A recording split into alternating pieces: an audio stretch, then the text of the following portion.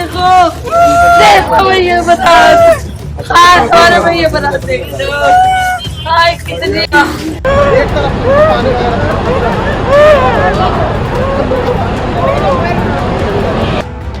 भैया हाय भैया हाय हाय भैया हाय भैया।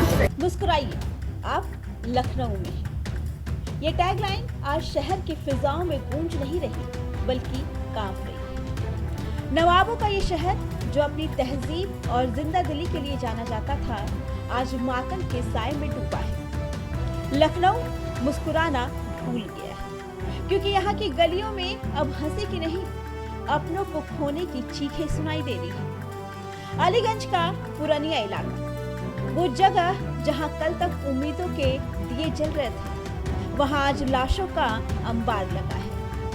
15 मासूम जिनकी उम्र अभी सपने देखने की थी, आज वो राख के ढेर में तब्दील हो चुके हैं। सवाल ये नहीं आग कैसे लगी, सवाल ये है कि आखिर कब तक लखनऊ के पैसों के भूखे ठेकेदार और भ्रष्ट सिस्टम मिलकर हमारे बच्चों की बलि लेते रहेंगे।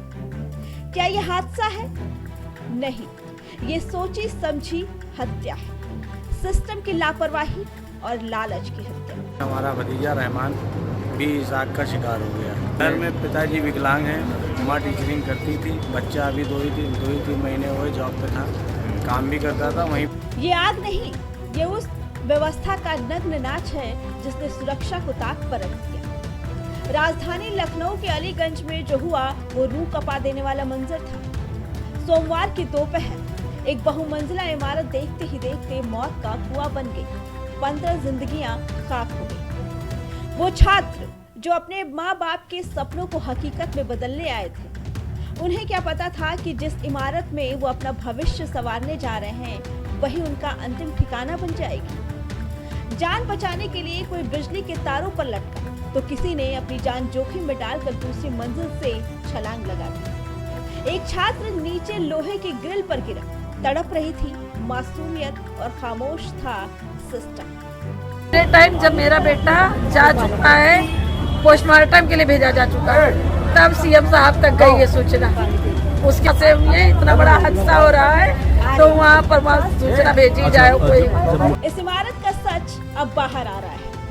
बेसमेंट में पेट शॉप, क्लिनिक और ऊपर कोचिंग सेंटर। आग की शुरुआत बेसमेंट से हुई, शॉर्ट सर्किट हुआ और चंद मिनटों में पूरा कॉम्प्लेक्स गैस चैम्बर बन गया। न फायर एनओसी, न आपातकालीन निकास, न कोई सुरक्षा मानक। लखनऊ विकास प्राधिकरण के अधिकारी तब कहां थे जब ये डेथ ट्रैप बन रहे थे? क्या अधिकारियों की जेबें इतनी भारी हो गई थी कि उन्हें मासूमों की जान का वजन महसूस नहीं हुआ? जिम्मेदार कौन? हर बार की तरह कोई क्लर्क सस्पेंड होगा, किसी छोटे कर्मचारी पर गाज गिरेगी और फाइल बंद कर दी जाएगी। लेकिन वो माँ बाप क्या करें जिनके आंगन सोने हो गए? वो 15 परिवार अब किसके सहारे जिएंगे? मुख्यमंत्री योगी आदित्यनाथ ने संज्ञान लिया है, कार्रवाई का वादा किया है, लेकिन जनता अब वादों से नहीं फैसलों से संतुष्ट होगी। आप मौके पे मौजूद थी मतलब? जी, मैंने देखा है, मैंने सब देखा। मैं बराबर यही कह रही थी कि एकदम से देखा था मैंने सब। जिस तरह से इस समय भी मैंने देखा कि सीएम साहब आने वाले थे, किया जा रहा था कि उस टाइम उस तरह से ये भी ध्यान दिया जाता तो हो सकता है बच्चे बचे जाते। इतनी मेहनत कर लिया थी, बच्चों को हाँ, बच्चे बचाए जा सकते थे। जॉब करता था, किस चीज में? कुछ आपको एनिमेशन कोर्स का ये स्टूडियो है, वहीं पे जॉब करता था। आप कितने बजे पहुंची हैं वहाँ पे?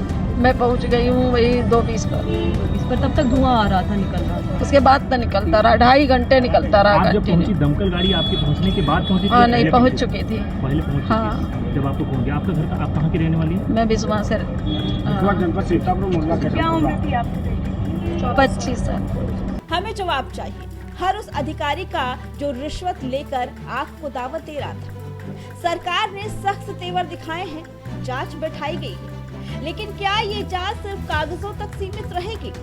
सवाल गंभीर है। बिना एनओसी के कमर्शियल कॉम्प्लेक्स चल कैसे रहे थे? क्या शिक्षा विभाग और जिला प्रशासन ने कभी मुड़कर देखा कि जिस कोचिंग में सैकड़ों छात्र पढ़ रहे हैं वहां निकलने का रास्ता भी है या नहीं? अचानक से कैसे निकली वहाँ से आप? कैसे निकल पाए ऐसी कैसे खिड़की में से पाइप से बाहर आए? दो तीन मिला बस पकड़ का कैसे आग लगी नहीं पता चली आप लोगों को? नीचे वाले फ्लोर में लगी चलो आप लोग सब वहाँ जॉब करते थे कि जॉब जॉब करते थे? कैसे मतलब कितनी भयंकर थी आप लोग उस समय क्या समझ पाया अचानक से कहाँ भागना है क्या करना है भागने का रास्ता मिलता है एक्सीडेंट वगैरह?